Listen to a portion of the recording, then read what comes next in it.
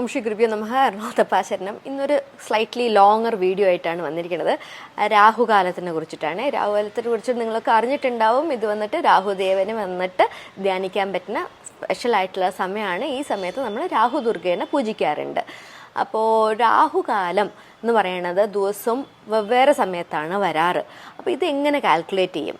Calculate ചെയ്യണമെന്നൊന്നുമില്ല. കലണ്ടറിൽ എടുത്ത് നോക്കിയാൽ മതി. സനാതന ധർമ്മത്തിനെ അംഗീകരിക്കുന്ന ഒരു പബ്ലിക്കേഷൻ ആണെങ്കിൽ അവർ ഉറപ്പായിട്ടും അത് മെൻഷൻ ചെയ്തിട്ടുണ്ടാവും.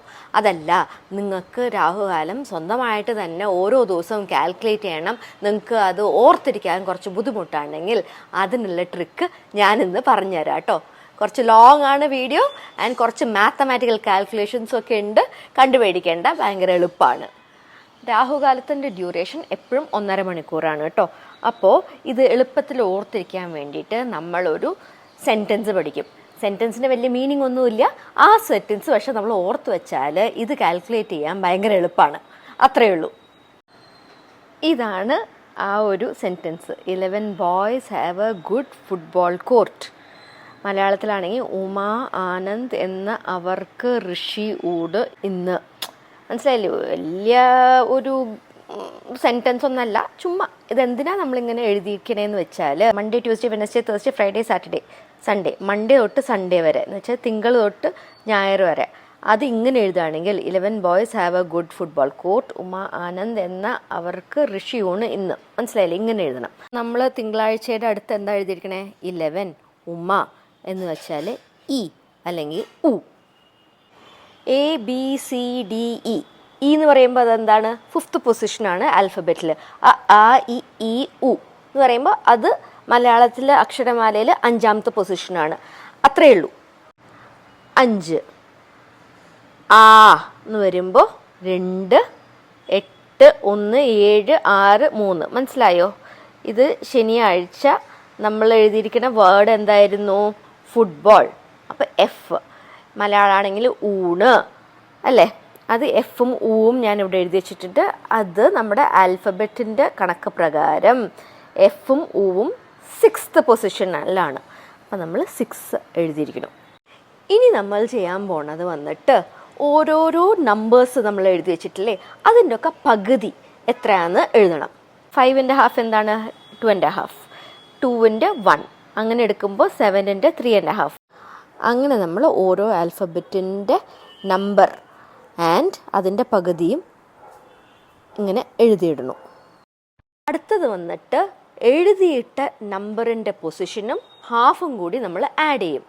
അതാണ് നമ്മുടെ രാഹുകാലത്തിൻ്റെ സ്റ്റാർട്ടിംഗ് ടൈം. അപ്പോൾ തിങ്കളാഴ്ച 5 + 2.5 7:30 മണിക്ക് രാഹുകാലം തുടങ്ങും.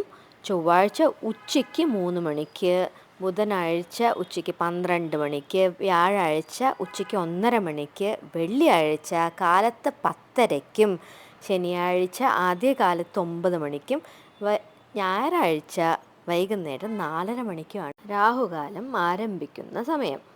ഞാൻ മുന്നേ പറഞ്ഞവർക്കുണ്ടോ രാഹുകാലം എപ്പോഴും 1.5 മണിക്കൂറാണെന്ന്? അപ്പോൾ തിങ്കളാഴ്ച 7:30 തൊട്ട് 1.5 മണിക്കൂർ പ്ലസ് ചെയ്യുമ്പോൾ 9 മണി വരെ, ചൊവ്വാഴ്ച 3 to 4:30, വെനസ്ഡേ വന്നിട്ട് 12 to 1:30 ഉച്ചയ്ക്ക്, തേഴ്സ്ഡേ വന്നിട്ട് 1:30 to 3, ഫ്രൈഡേ 10:30 to 12, സാറ്റർഡേ ആവുമ്പോൾ കാലത്ത് 9 തൊട്ട് 10:30 വരെയും, ഞായറാഴ്ച വൈകുന്നേരം 4:30 തൊട്ട് 6 മണി വരെ. ഇതിപ്പോൾ പഠിച്ചിട്ട് വലിയ കാര്യമുണ്ടോ എന്ന് ചോദിച്ചാൽ എനിക്കറിയില്ല കേട്ടോ.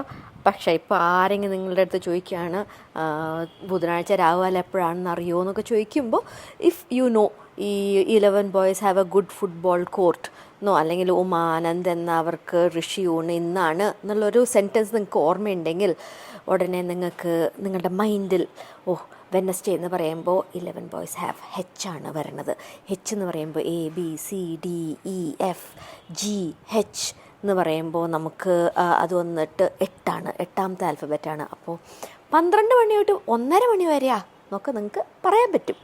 അത്രമാത്രമേ ഉള്ളൂ ഇതിൽ. വേണമെങ്കിൽ പഠിച്ചോളൂ, അല്ലെങ്കിൽ ഞാൻ മുന്നേ പറഞ്ഞ മാതിരി കലണ്ടർ എടുത്ത് നോക്കിയാൽ നിങ്ങൾക്ക് എളുപ്പത്തിൽ ഇത് കണ്ടുപിടിക്കാനുള്ളതേ ഉള്ളൂ. എന്തായാലും എൻ്റെ അച്ഛൻ എനിക്ക് പറഞ്ഞു തന്ന ഈ ഒരു കാര്യം അത് ഞാൻ നിങ്ങളായിട്ട് പങ്കുവെച്ചു എന്ന് മാത്രം. എല്ലാവർക്കും നല്ലത് വരട്ടെ. ശിഖ്രിക്കോ നമഃ. എറണാകുളത്തപ്പ ശരണം.